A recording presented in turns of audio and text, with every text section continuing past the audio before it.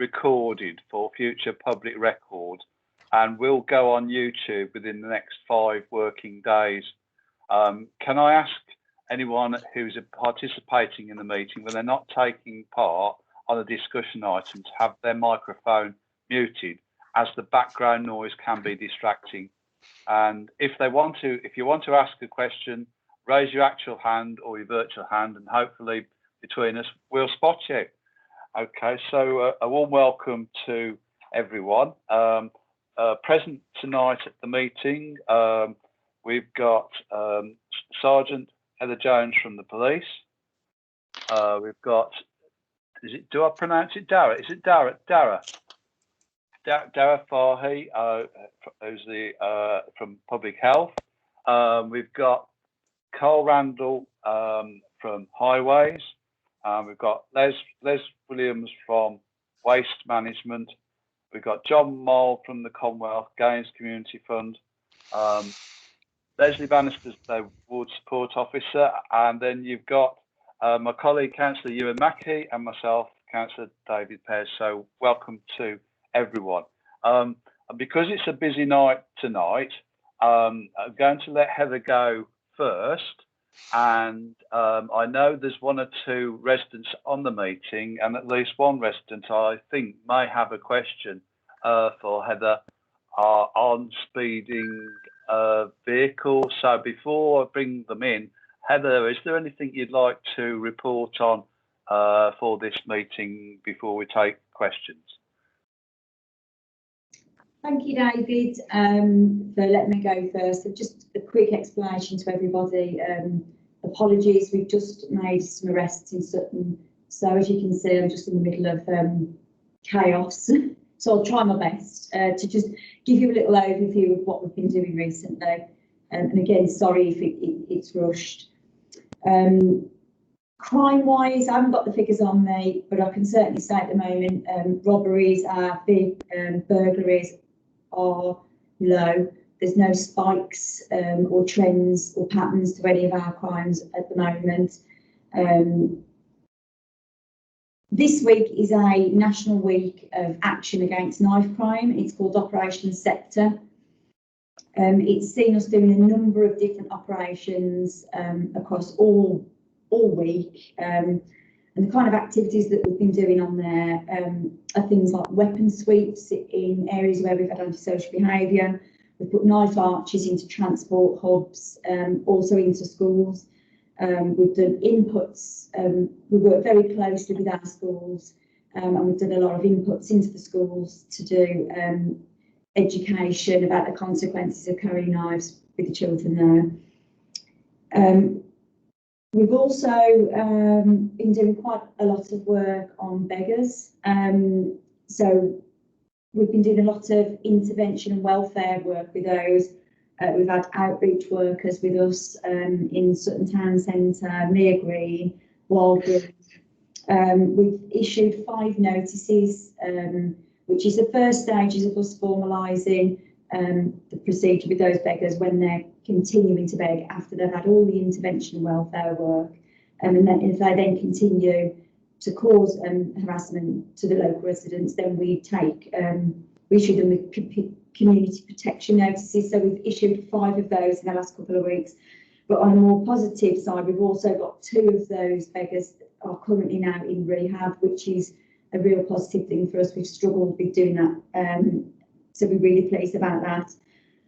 We're also promoting an alternative giving scheme. So you'll start to see posters going up in local shops. We're doing a lot of intervention work with the people. They're not all homeless, but the people that are begging. But we're asking people to give to an alternative giving scheme rather than giving direct to those people. So we're putting lots of help and intervention work with those people, but we'd encourage people to give to the alternative giving scheme rather than direct to them.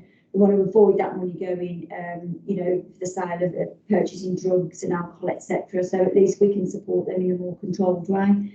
You will start to see over the next couple of weeks more posters going up around, so we more feel for that.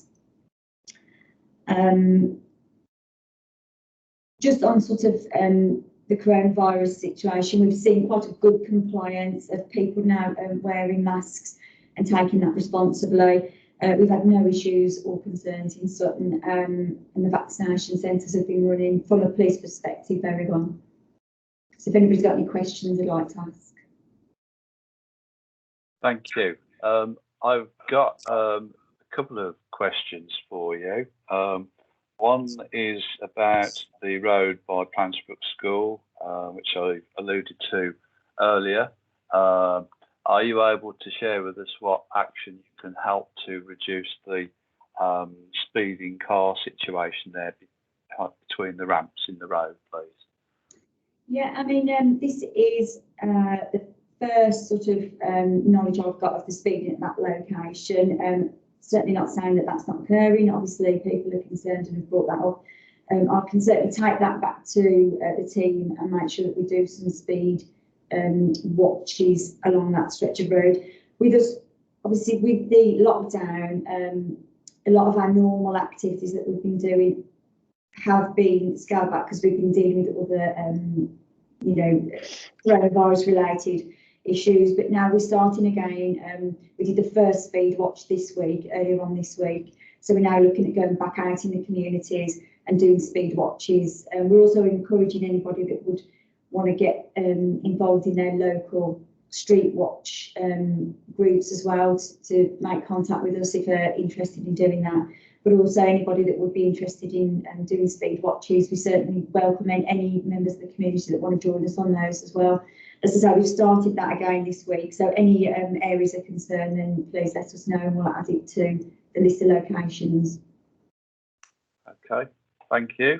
And the second one we were talking about earlier, which would be helpful for us to have an update on, is the issue of people stealing cars and trying car doors in the small hours of the morning in various roads around the locality. So Westview Road, Hay Close, there'll be others as well. Can you share with us what action is currently being taken on that, please? Yeah. I reviewed the crime when it brought to my attention in Westview Road and Hay Close. Over a 12-month period, there were 5 offences in that area.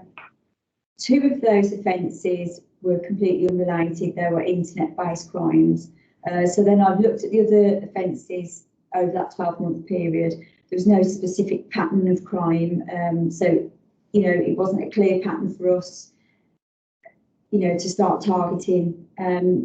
So since that point, we've had a mixture of high visibility patrols in those roads regularly at different times. We've also had plainclothes undercover officers in those roads as well, patrolling. I had a meeting myself with the residents in Westview Road to explain what we were doing. Obviously, I won't go into all the tactics that we've used, but also what we look at targeting our prolific offenders. So we look at what prolific offenders or repeat offenders that we've got that are potentially active in that area at that time, and we do a lot of intervention work with them. So we look at visiting their home addresses, making sure that they're adhering to any conditions, any bail conditions that they might be on, any prison licences. So we do a lot of work with prolific offenders that we think may be active in that area. Not long after the last offence, 2 of those prolific offenders are now in custody. So since that point, we've seen a reduction. Not saying that they're responsible for all of them there, but what I can report is we have got 2 of the prolific offenders that we would think that would potentially be offending in that area are currently in custody. I think Councillor Mackey's got a question for you. I can see his hand up. Thank you. Yeah. Thanks very much, David, and thanks very much for addressing Westview Road. I know that the residents of the road were very concerned at the time, so thanks very much for assisting that. The question really is sort of, I think Lindridge Road is a good way to put it, because we mentioned speeding cars. I think there's been some form of street racing or something that goes on from time to time, because I can hear it sometimes at night myself. You just sat there in bed and you can hear, I don't know if it's one or multiple cars that are obviously driving at high speed. Sometimes it can be quite late at night. But I've certainly had feedback from the residents of Lindridge Road where they feel there's all manner of cars going down there quite fast, and they feel that they're racing. So I presume that must be going up Lindridge Road, across onto White House Common Road, and then sort of probably heading straight up towards Weeford Road from there, I suspect. But sort of, as I say, I certainly heard the vehicles, and some of these cars, by the noises that you hear, you know, they're being driven at high speed, sort of high revs type thing. So it's you know, not for the faint-hearted, the way those cars, the engines sound like they're screaming. And of course, the concern would be the sort of that car hit something else. Obviously the concern for the occupants themselves, you know. And is there any pattern to that? Any sort of specific times and days of the week that? Well, I mean, it's from they say, the residents say it's quite regular, and I can certainly get some more information and feedback to you from that. For my own knowledge, that I wouldn't say that there is there's an awful sort of pattern to it, but it's normally late in an evening. You'd be looking towards midnight or something like that, when you would expect the roads to be really quiet, which makes me think that it's organised, if you know what I mean, because they sort of seem to be choosing times. I even came across one car, it was a Honda, that was all in full racing logos and gear and all that. And he, as I was driving to Tamworth and back again, you could see him driving around, and I got the impression of someone who was driving a route, if you know what I mean. And then sure enough, that night, there was an awful lot of sort of revving engines, but I could just be taking two completely unconnected events and adding them together, if you know what I mean. Yeah, we do have, I mean, as for sort of the times and days there, because we do have organised gatherings of cars, high-speed cars. It tends to be around about Sixpole, although it does move areas. Obviously, once they know that we know where they are, they'll tend to move across onto the different force areas. So they move on to Staffs and West Mercia. So we've got an operation of Hercules to target these high-speed racers. And there's a lot involved in that. That's held by the traffic department. So I know that there's a lot of work ongoing at the moment with that, to try and collate details of the vehicles. There are drones involved as well to gather evidence on that. So I know there's quite a lot of work on that high-speed racing that's currently ongoing. Yeah, this seems quite localized in the sense that you'll hear it, and then it'll go a bit quiet, and then you hear it again. You know, so in quite a short time, it's quite circular, you know. So I get the impression it's not people going. It's not. I don't think they're leaving the county, if you know what I mean. It sounds like they're pretty much within the Sutton Coldfield area. But I'll get the details certainly from the residents of Lindridge Road and pass that on to you, so you can do something with it. And so we're just going back to the Plantsbrook Road. Is there any particular days or times for us best target there? Well, a resident contacted me. I'm not sure if they're in the meeting or not, to tell me about it. So I can't give you specific times of day, but if I can find that out, I will come back to you. Councillor Pears, we have a resident with their hand up, Russell Okay, Bailey. I was just looking for the question. Okay, Russell, thank you for coming in. I've just seen your hand up. Would you like to?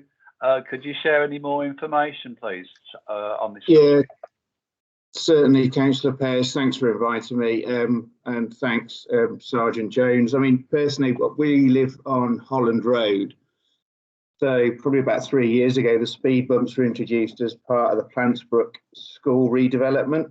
So down that part of the road, beyond the sort of bottom of Weil Road and Coles Lane crossroads, it's not really an issue. We're opposite the cinema car park, so people see it as an opportunity to regain lost time from having gone between the Plantsbrook bumps. In terms of specific times, there's rush hour traffic at 9 and half 3, which is solid pretty much, certainly going up towards the Birmingham Road. But I just before I joined the meeting, I was sort of looking out the lounge window. I'd say 85% of the vehicles are exceeding the speed limit. Yeah, okay. So that would be sort of just as the, I'm just trying to find the best time for us to target really. So just after. Yeah, I mean, you say? it's really difficult because it varies. I mean, traffic volume does reduce slightly during the day, although it's a pretty busy road, I must say. But it's the same issue during the day, as long as there's an avoidance of rush hour, because the queues of traffic just prevent that sort of behaviour, as just by it's inherently much slower. And I think if there's any speed wires put in to measure it, that's going to skew the average results anyway, which would not really give you the sort of data you're after, I think. But certainly 6 p.m. to 7 p.m. is a favourite. Obviously, people getting home. We all want to get home safely and as soon as possible at these times at the moment. But it you can hear them coming from way down the road, and it's pretty frightening. I can't say for sure what sort of speeds they're attaining, but it certainly isn't 30 miles an hour. Okay, that's no problem. We'll certainly do a speed watch then. I mean, worst case scenario, I've been out getting in my own car at 8:30 in the morning. We have hundreds and hundreds of school pupils walking up and down this road. It was a foggy morning. Some guy in a van overtook somebody. He must have been doing 55, 60 miles an hour. That's a rare one. Yeah. Just beggars belief that people see that as appropriate when there's hundreds of school pupils walking to school. It's just crazy. Yeah, of course. Yeah, we'll definitely be coming and doing a speed watch on the road for you. Yeah, so it's between the sort of, as I said, Wile Road, Coles Lane Crossroads and Birmingham Road. So people either come off the hill down towards Plantsbrook, and just because it's downhill, some people just don't realise what they're doing. But the other way is, I think, as I said, trying to make up lost time from going over the 20 mile an hour zone. Okay. Thank you. But appreciate the invite, and thanks for inviting me, Councillor Pearce. Thank you. Thanks for coming along. Thank you. Okay. Are there any more questions for Heather? No, there's no more questions, Councillor. Okay. Thank you very much, Heather, for coming along. No problem. And we'd love to see you on 1st of July, if that's all right. Yeah, hopefully I won't be so rushed. Okay, all right then. We've done a plain clothes operation in Sutton Coalfield today as part of this ops sector, and it's been quite successful. So, yeah, it's positive. Okay, thank you very much. Thank you. All right, thank you. So we'll move on. The next item on the agenda is the COVID-19 update from Dara Fahy. So, welcome to the meeting. Have you got some good news for us, Amy? I do. I bet a lot of statistics though, so hopefully I won't bore you too much. So what I thought I might do is talk a little bit about Birmingham overall and then get into some more specific details for the local ward. So in terms of the Birmingham's case rate at the moment, it's 24 per 100,000, which compares to 22 per 100,000 for England. So it's fairly comparable. Over the past week, we've seen a slight increase in the case rates in Birmingham compared to a decrease in England. But if you actually then go back and look at the 14-day case rate, they're pretty much the same, England and Birmingham, at 46 or 47 per 100,000. So I think we're definitely trending in the right direction in Birmingham. There's a little bit of plateauing happening, but overall I think it's good news, particularly if we can keep it at this level with the restrictions lifting. In terms of situations, over the past 7 days, there's been 24, as you might imagine, 15 in the educational setting, 4 in social care, 5 in workplace settings. In terms of testing positivity, and again, this is Birmingham, I'll get on to more specific detail for the wards, but in terms of PCR testing, we get about 1.4% are positive in Birmingham compared to 1% for England. For the lateral flow, it's 0.2% for Birmingham compared to 0.1% for England. In terms of case tracing and contacting the people who have cases, our rates are in Birmingham are about the same as England, with 88% versus 88.5%. In terms of contact tracing, the news is significantly better for Birmingham. So we contact about 90% of those who we need to contact get contacted in Birmingham, and that compares to about 86% for England. Overall, when we look at the spread, we think it's predominantly in the households, social settings and workplace. So that's the kind of Birmingham overview. I'm just going to move to a document here to talk a little bit more about what's going on in your own area. If you just bear with me. Okay, so make sure I start appropriately. Okay.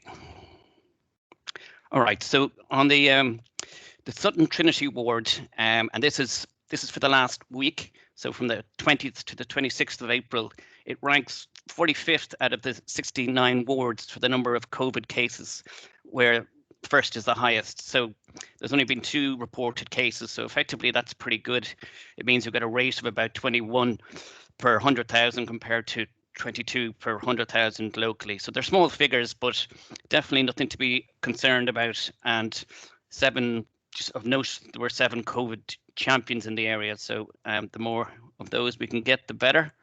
Just moving on then, again in the Sutton Trinity ward, if we look at the vaccination numbers, they're very positive too. They're trending higher than Birmingham quite significantly.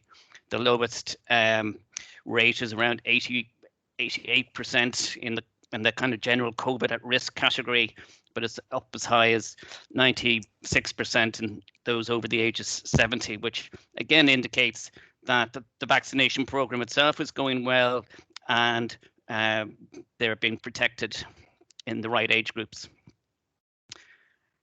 Just giving you a bit more detail. Now this is now over a 30-day time period in the Sutton Trinity ward. So this is from the 28th of March to the 26th of April. So percentage-wise, in terms of the number of cases, there was 22% in the 20 to 39 age group, 67% in the 40 to 59 age group, 11% in the 60 to 79 age group, and no positive cases in the 0 to 19 or the over 80 group. Just in terms of ethnic breakdown, 11% were in the Asian ethnic group, 11% in the Black ethnic group, 11% in the mixed other ethnic group, and 56% in the white ethnic group. Again, figures are pretty small, but might be useful. Now moving on then to the Sutton Roughley ward. And again, this is now looking at the 7-day period, but going from the 20th to the 26th of April. And it was pretty much a similar picture, you know, ranking 45th out of 69 wards with 2 reported cases. Overall, the case rate is about 17 per 100,000 compared to, as I said, the 22 per 100,000 for Birmingham as a whole. Which again, the numbers are small, but there's nothing of particular concern when you compare it to the surrounding areas. And there were 6 COVID champions to date. The vaccination figures also excellent, even better, where all the vaccination throughout all the different risk groups are over 90%, which is excellent to see, and particularly in the over 70, 75, 80. So very high vaccination uptake there, over 75%. So just looking at the same breakdown again. Now, again, this is now over a 30-day time period between the 28th of March to the 26th of April. You were seeing about 38% of the cases were in the 0 to 19 age group, 13% in the 20 to 39 age group, 25% in the 40 to 59 age group, 25% in the 60 to 79 age group, and no positive cases in the over 80 group. And then just the breakdown then in terms of ethnicity, 13% were of the Asian ethnic group, 13% of the Black ethnic group, 13% in the mixed other ethnic group, and 63% in the white ethnic group. So overall, pretty positive, but bearing in mind the numbers are small. Happy to take any questions. Thank you. Ewan. Yeah, thanks, David. And thanks very much for that presentation. Really useful and helpful. I generally sort of, as I'm doing these lateral flow tests for the kids so they can go to school, I find myself doing them as well. And as I think on Monday, I felt extraordinarily tired. So before I went to a meeting, I actually did do a lateral flow test just to make sure that I was tickety-boo, so to speak, and wasn't about to go and infect anyone. And I certainly would recommend anyone doing that. But one thing I was quite interested with, I know certainly with the school, is that if you have a positive lateral flow test, it's important to then have a PCR test sort of shortly afterwards. And I was wondering how the sort of how the two tests were marrying up. Were the lateral flow positives being shown to be PCR positive as well? Or was there any discrepancy between the two where someone has had two tests done? And so if I understand your question, you're asking, is one more reliable than the other? Is that what you mean? Or is it being shown to be? Let's say there are children or adults who are having a positive lateral toe and then having a PCR afterwards, and are the two showing the same results, or is there any differences? No, there would definitely be a difference. I mean, the PCR would be kind of more the kind of gold standard, but it requires more laboratory effort. Obviously, with lateral flow, you can get the result there and then. So there's a lot of advantages locally in being able to do that, and they work differently. But so I think one of the dangers as the incident rates go down in terms of the number of cases, that the accuracy of the lateral flow tests are not as good. The more cases you have, the more accurate the lateral flow is. So I think that's why we'll probably get a bit more of a requirement to have all positive lateral flow cases confirmed with PCR. But again, if the numbers are relatively small, then we'll be able to manage the demand for the kits and the demand on the lab. Yeah, no, it's interesting. I mean, I had to go into hospital twice in February, and so before I went in, like there was a medical professional did my test for me, and I've got to be honest that I hope I was doing the test beforehand, but he certainly put the swab a lot deeper and further up my nose than I did, and so I do replicate. I do replicate what he did since, but sort of I've got to be honest that beforehand I didn't quite push myself to the same level of extent that I do now. I must admit, when he left, because he did it through the car window, there was about 10-20 seconds before I could recover myself to be able to see out the windscreen. I think when he finished, but anyway, no, thanks very much for the report. It's very helpful. Yeah, no problem. Okay, thank you. Are there any other questions at all? No, Councillor Pears, I can't see any questions. All right, I've just got a quick question. A few people have asked me who are in the age group from 25 to 35. Could you just remind me when that age group might be getting their injections? I can't tell you specifically, but I would expect, so where are we now, end of April, I would expect it would be in May. May or early June. Okay, thank you very much. No problem. Okay, so thank you very much for coming along. Oh, no problem. And thank you for your attendance. And there'll be no other questions. So thank you. Thanks Great. for being Thanks very much. Yeah, not at all. Thank nice you. to meet you all. Take care. Okay, thank you. Carl, are you there, Carl? Good afternoon. I am indeed. Are you able to give us a update on highways type issues, please? Yes, absolutely. Okay, very busy highways wise, as you would expect. In all of the wards we look after, myself and my team look after Trinity, Roughley, all the Sutton wards, Erdington wards, Perrybar, Handsworth, etc. So we've got quite a portfolio. Specifically in your wards, for this evening, the ward minor transport measures funding that we have for each ward, we've just completed all the works in Roughley, first of all, and there we did some drop curbs on Heathcroft Road, Row Allen Road, Strether Road, Harvestfields Way and Darnellhurst Road. These are where we drop the curbs at the end of a road to aid and ease the crossing for people with wheelchairs, pushchairs, mobility scooters, etc. Rather than having a 5-inch curb face, we lower it down to around 6 millimetres. So that does improve access ability for people to get around, especially in the mobility scooters.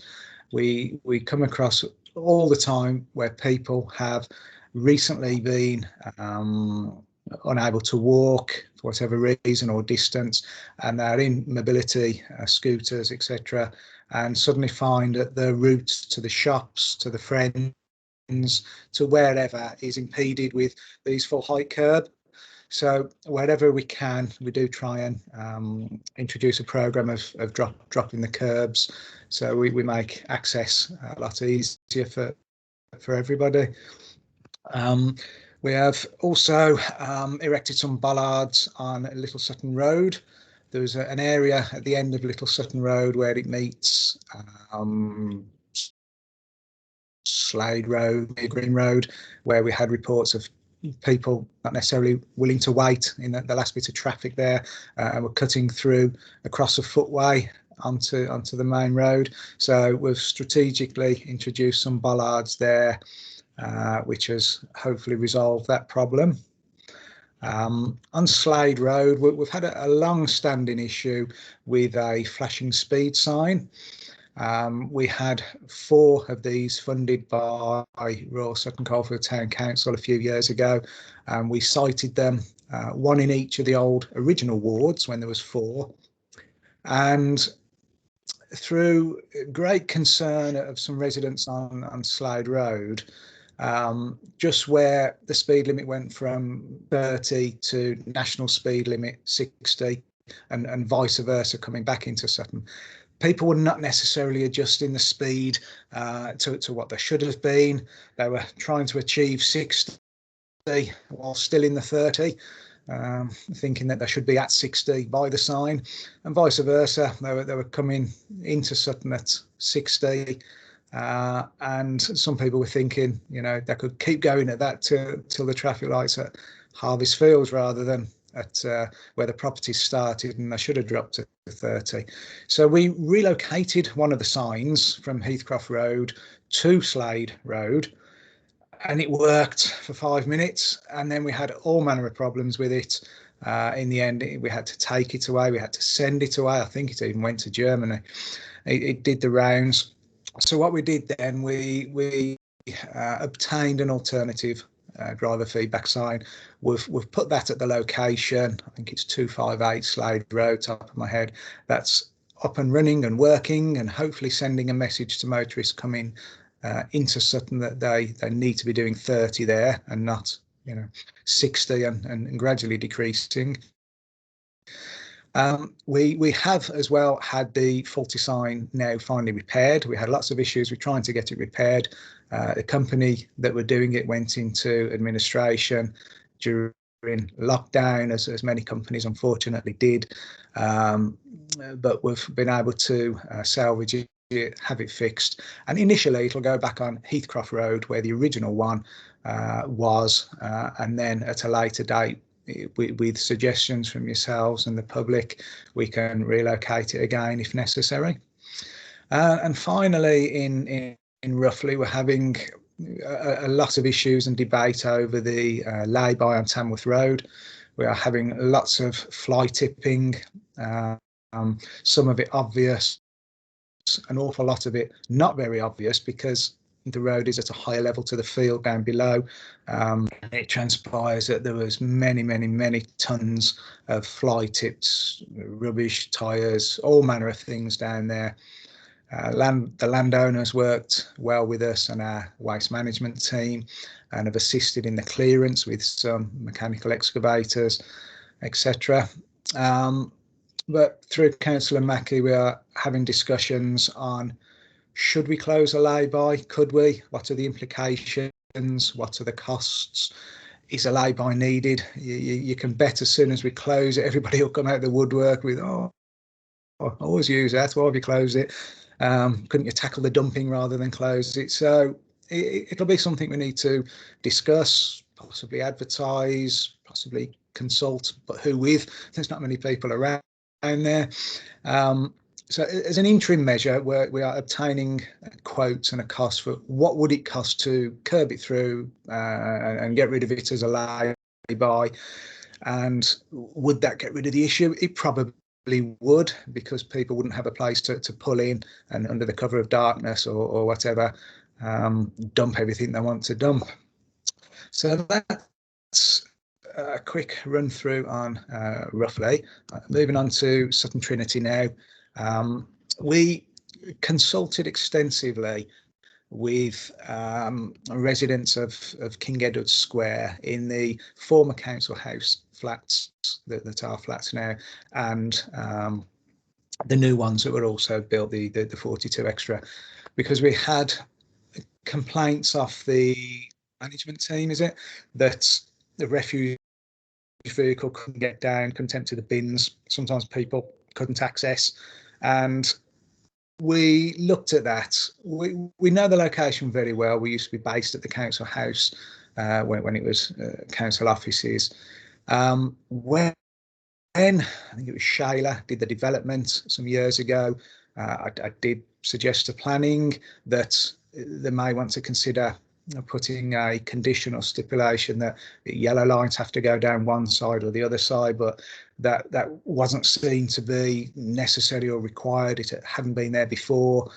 But then a lot of people came to us with concerns and issues. So we undertook a consultation exercise and was met with considerable objection. So after much discussion and liaison with councillor Pears, with the management committee, people who look at the facilitators of the building, we've done a strategic withdrawal for now. We're not looking to consult further on any restrictions. If there's a real need to do them, we will do them, but we normally would like the support of the majority of residents, because we don't like to do things that would negatively impact on residents themselves, have paid a lot of money to buy those places, to live there. And we just feel that there's not enough people saying there's a problem compared to those who are. So we can always look at it again. We've suggested the management company perhaps have a more detailed, in-depth consultation, letter drop meeting with the residents to see if they can come up with a consensus as to yes or no, rather than the management company say yes, please do it, and the residents say no, don't do it. So we've abandoned that one for now, based on the feedback. We are, however, progressing on a traffic regulation order for Upper Clifton Road.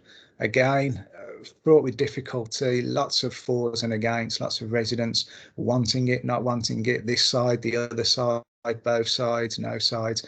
It's always very difficult to come to an agreement with residents on something like yellow lines. So the proposal at the moment is to extend a single yellow line restriction on Upper Clifton Road from where the double yellows finish on Tudor Road to where they begin just before Linden Road. So joining up the middle gap with a single yellow line, not double, and this would be no waiting Monday to Friday, 8 till 6. Just try and take away some of the all day parking, perhaps associated with having a walk into town or one of the local businesses, because it can cause some congestion on Upper Clifton Road, and sometimes they park half or worse on the footway, which causes congestion for pedestrians, wheelchairs, again, mobility scooters, etc. And a short stretch of double yellow line on the opposite side, but only for the length of 3 houses. That formal consultation is ongoing now as we speak, and the deadline for any objections is the 5th of May. So there's another week or so left on that. We've been working closely with Royal Sutton Coalfield Town Council on the vaccination rollout at the Town Hall, and we've assisted the CEO on obtaining the temporary pedestrian crossing and the signage route for people to follow to be able to cross the road safely to get the vaccination. It started initially because, of course, people 85, 80, 75, etc., 5-year increments were all having to go there, across a very busy road that didn't have any form of traffic control. So we did set up the crossing initially just down King Edward Square. That was deemed to be the best place to cross, but inevitably large numbers of people decided they wanted to go the most direct route. So we've now moved the crossing a little more centrally. Could argue it's whether it's in the best place or not, but it's where everybody wants to cross. So we've relocated it there, and hopefully more people are using that, and that'll be more of a success there. Safe Parade car park still continues to be used, some of it, 50% or so, as a COVID-19 walk-in test and trace site. We've lost quite a few car parks to this, because obviously car parks are very strategic in centres and areas. So through either test and trace, walk-in, drive-in, lateral flow testing, we've given up around 6 car parks for this to try and so to do our bit to help. Oh, and also on Anchorage Road to facilitate the rollout of the vaccination, we also agreed that we would not charge people who were parking there to go for the vaccination, and that continues now. It's been a few months, and it will continue until the vaccination's finished there, and then we'll take the signs down and go back to charging people there. Town centre COVID-19 measures, we put those in place, a limited amount really. There wasn't a great deal needed in Sutton Coldfield in the town. We put some markings for queuing, footway markings. We did take away the 3 disabled spaces at the Halifax on Birmingham Road at Queen Street, and we've continued to leave that clear at the moment. It just widens that footway, if you like, because people can walk in the road on that section as well. And then lastly, on a whistle stop tour, I liaise with the Town Council and West Midland Combined Authorities and Travel for West Midlands on the cycle hire scheme rollout, and I assisted with all the locations that have them in Sutton Coldfield now, because that was the sort of pilot rollout, and then the rest of Birmingham has followed. So that's a very quick whistle stop tour, but I'm happy to take any questions, answer anything else in more detail. Thank you, Carl, for that comprehensive update. Does anyone have any questions at all for Carl? Dave Allen, I can see his hand up. Dave, do you want to fire away? Yes, thank you very much, David. Good evening, Carl. Hope you're well. Good evening, Councillor. Fine, thank you. Something of a perennial question, really. The dear old potholes. I don't know. I know you've been away because I had an auto reply from your good self, but I know Ian is looking at the problem.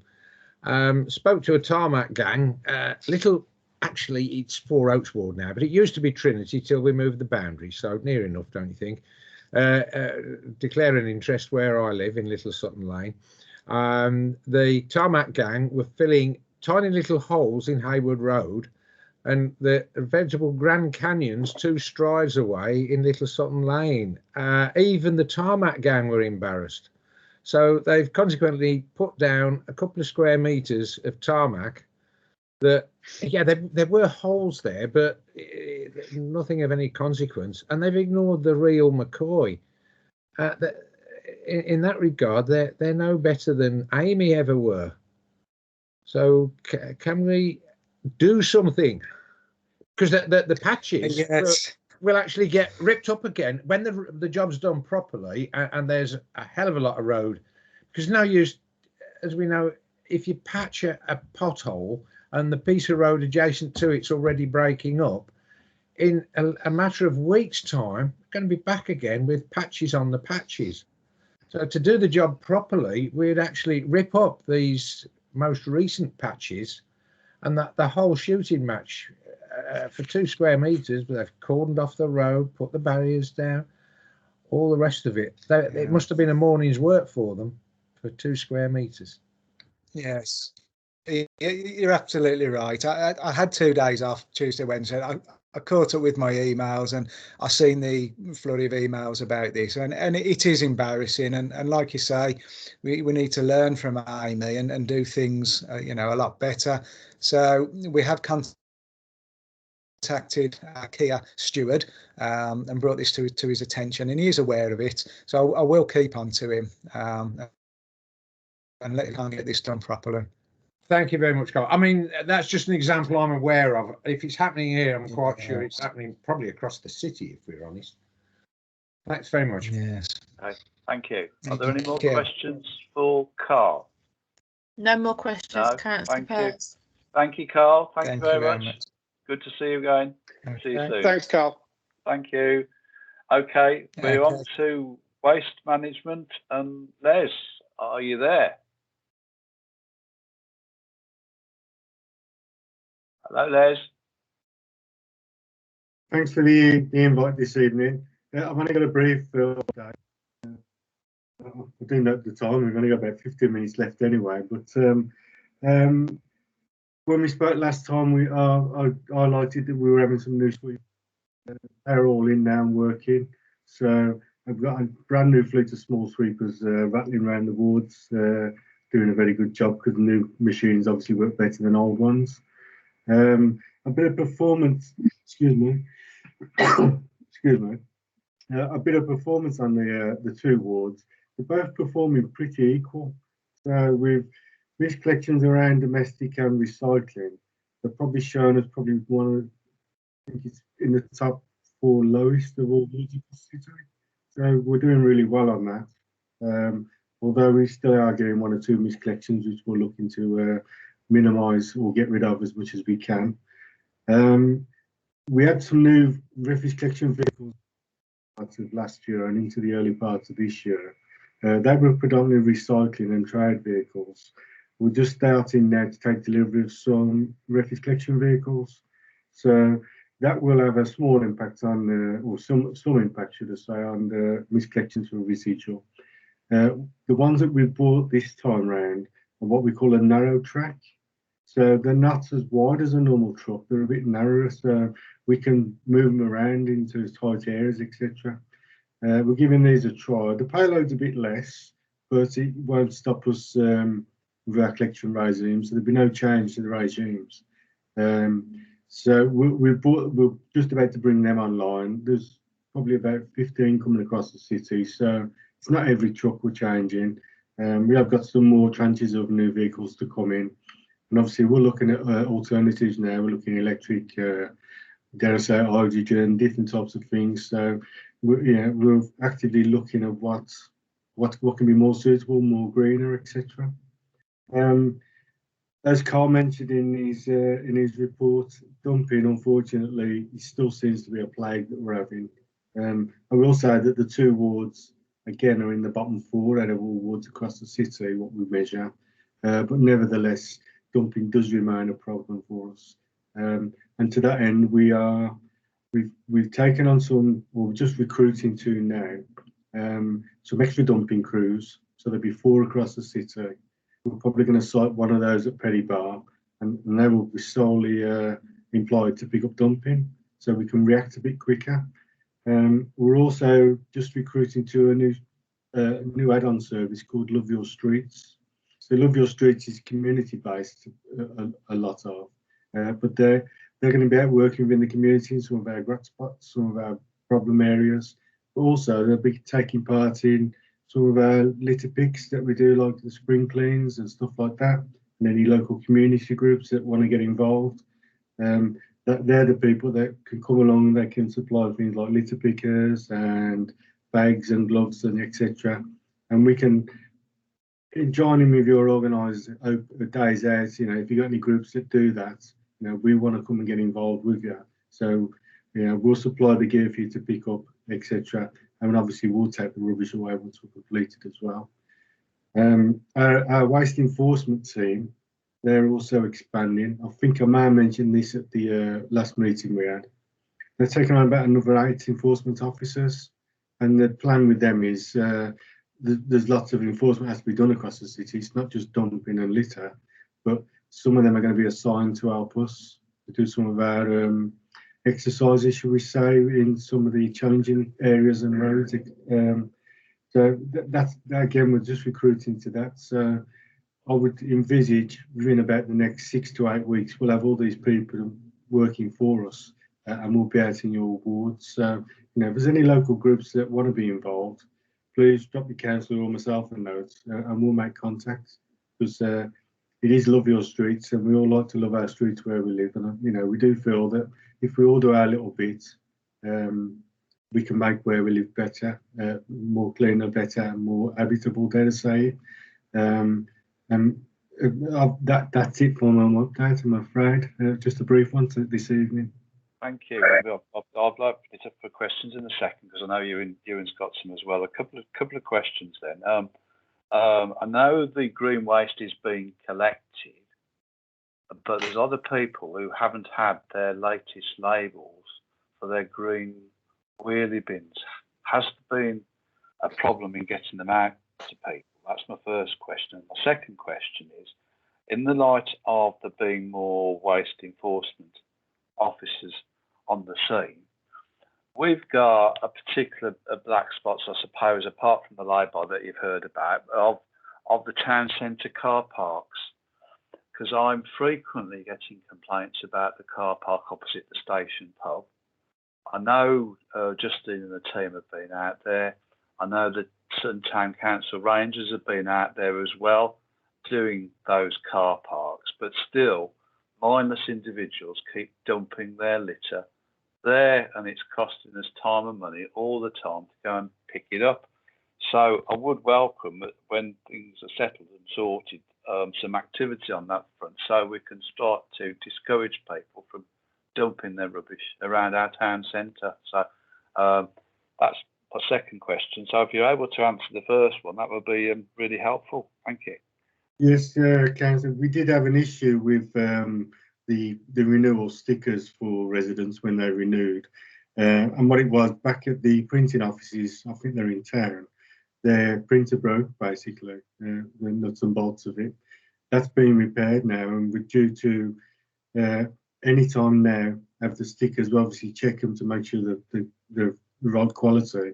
But any stickers that are missing, any of them licenses, we will be sending them out within the next week, I would suggest. But it's not really, we're not seeing much in the line of miscollections, because anybody on this, it does get to the who do get the note to pick up. It's just that residents feel a bit more secure if they got the sticker. Because I've had one or two come to me and feel like they've said the terms they've used, I feel like I'm cheating the system because I haven't got a sticker on it. They're not, let me assure you. Everybody we know who we've got and we collect from. But let me assure you again that in the next week or so, everybody will get their sticker. That's outstanding. Thank you. Ewan's got a question. Yeah, I just sort of echo that. I wouldn't say that it's massive majorities or anything, but I've had my fair share of those who hadn't had their stickers. And I think you're right. I think people fill their wheelie bins and they haven't got a sticker on, and they're just a bit worried about is the crew not going to take it. I've had a few miscollections. It seems to be sometimes on the green waste. It seems to be repeat areas for some reason. I've spoken to Justin, etc., and I think he's had a word with the crew. Sometimes you find that someone will go back out to do the collection, and that's fine, and then the next week the same one gets missed again. So, but I'm hoping that I haven't heard anything recently about that. So I think the word Justin had with the crews has helped, and I think it's good news when that happens. I was just going to reiterate that bit about the lay-by that I've got on the A453 there on Tamworth Road. I know Justin's been there, but it's one that we've had some resident litter pickers have had a go at it because they don't like it, and the very nature of it. I went to go and have a go at it myself, and I looked at the steepness of the bank, and I thought, I'm not going down there, because when you get used to litter picking, you take a sharp box along for a reason, because sometimes you can find syringes and all sorts, and I thought, I'm not going down there. And but we have had residents sort of very gamely and laudably going down there to do it, and then of course the next night, because these are commercial people that are doing it, it's not just people chucking away cans, is it? It's been emptied, and the next day people have gone down to have a look at it, and they're saying it just looks like they haven't touched it, and sort of.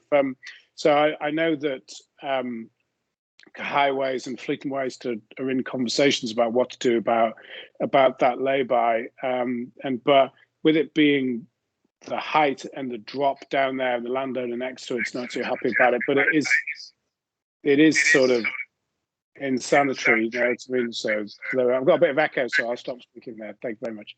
Yeah, just to echo, so obviously we'll do what we can, but you know, you've been it yourself. It comes into a safety aspect when you're going down there. I couldn't advise anyone about the label or whatever, but I would argue that seems to be the problem, doesn't it? Mm. It's a natural place for people to stop in a pretty quiet place. But again, I couldn't advise what anyone does do, but it would sort of make sense to me too. Yeah. Well, yeah, I'm hoping really that some sort of mitigation measures can be done jointly between Fleet and Waste and Highways to make sure that this isn't such an attractive spot for fly tipping. Obviously, if there's going to be an enforcement action, I'm not about to announce it here on the you know thing.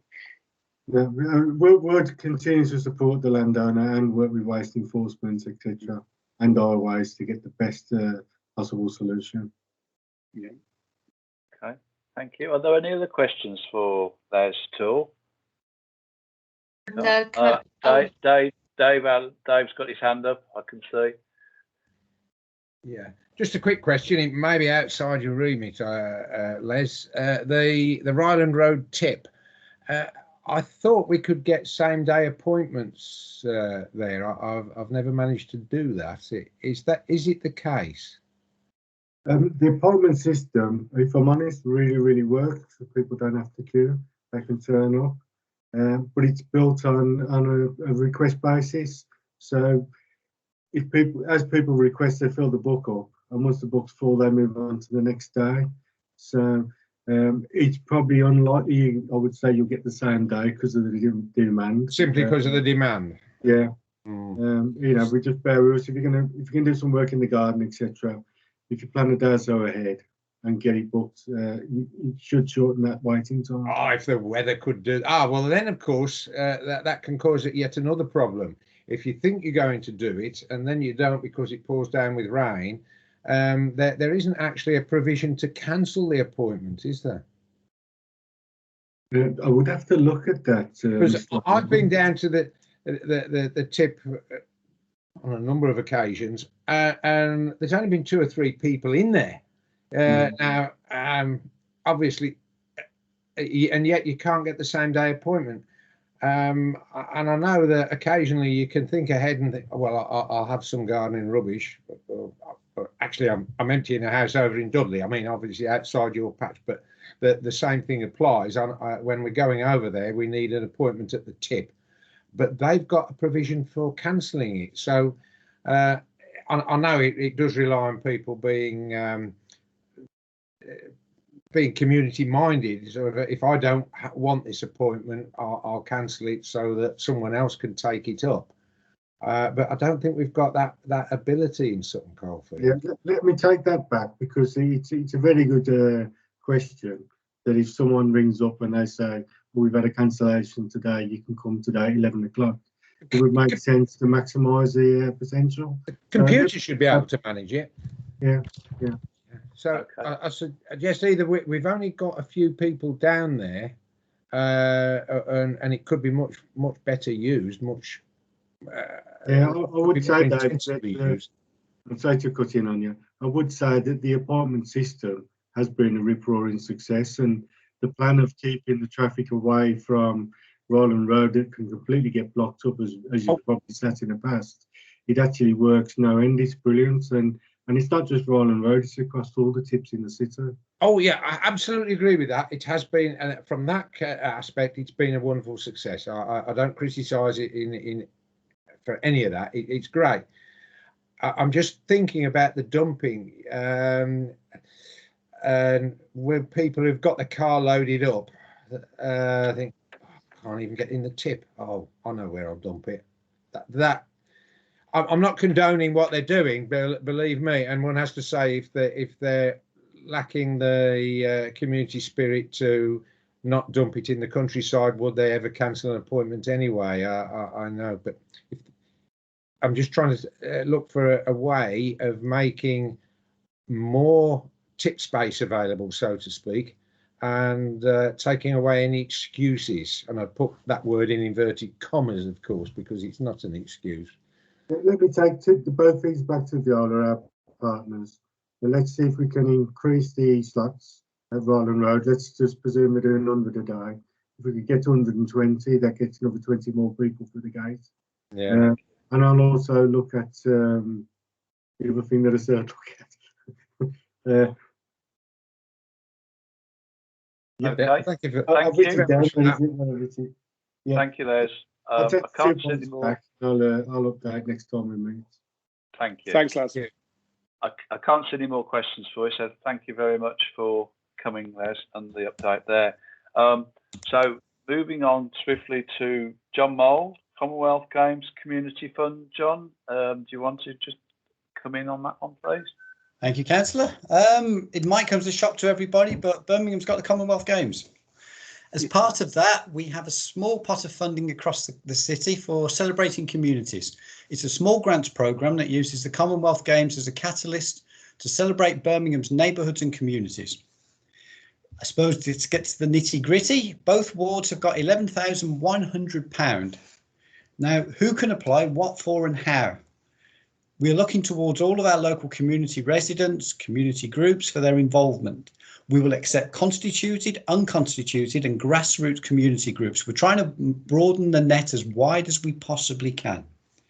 There are 3 key elements to the bid. Projects will need to show alignment with one or more of the following themes. Getting active, encouraging communities to get out, get active by participating in sports and recreational activities. Second element would be ready, steady, fun. That's delivering community projects to ensure your local area is games ready, hosting community celebrations to develop active citizenship and reduce loneliness and social isolation. And then the third one is celebrating culture, developing community-led cultural events and initiatives that encourage intergenerational activities. Proposed schemes must harness the power of culture to bring people together, celebrate their identities and the culture, heritage and stories of their local communities.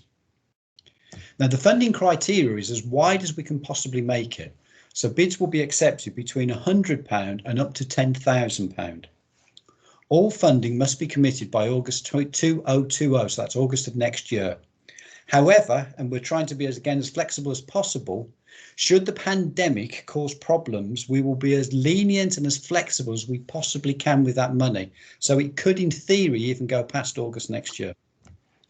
Small and new groups which are not constituted may apply under the umbrella of a constituted group, which will act as a fund holder for the grants. Now, what we've actually got in Sutton is we're going to have a mini group called Spitfire Services, who are actually going to be acting as a conduit for the grants. So if we find people that haven't got any funding, let me rephrase that, haven't got any bank accounts, so it's going to be difficult for us to actually pass them any funding, then what we will actually do is we will involve Spitfire to see if they can actually accept the money and then pass the money back over to the small community group or the unconstituted group that hasn't got a bank account, so that they can actually still be funded by the city.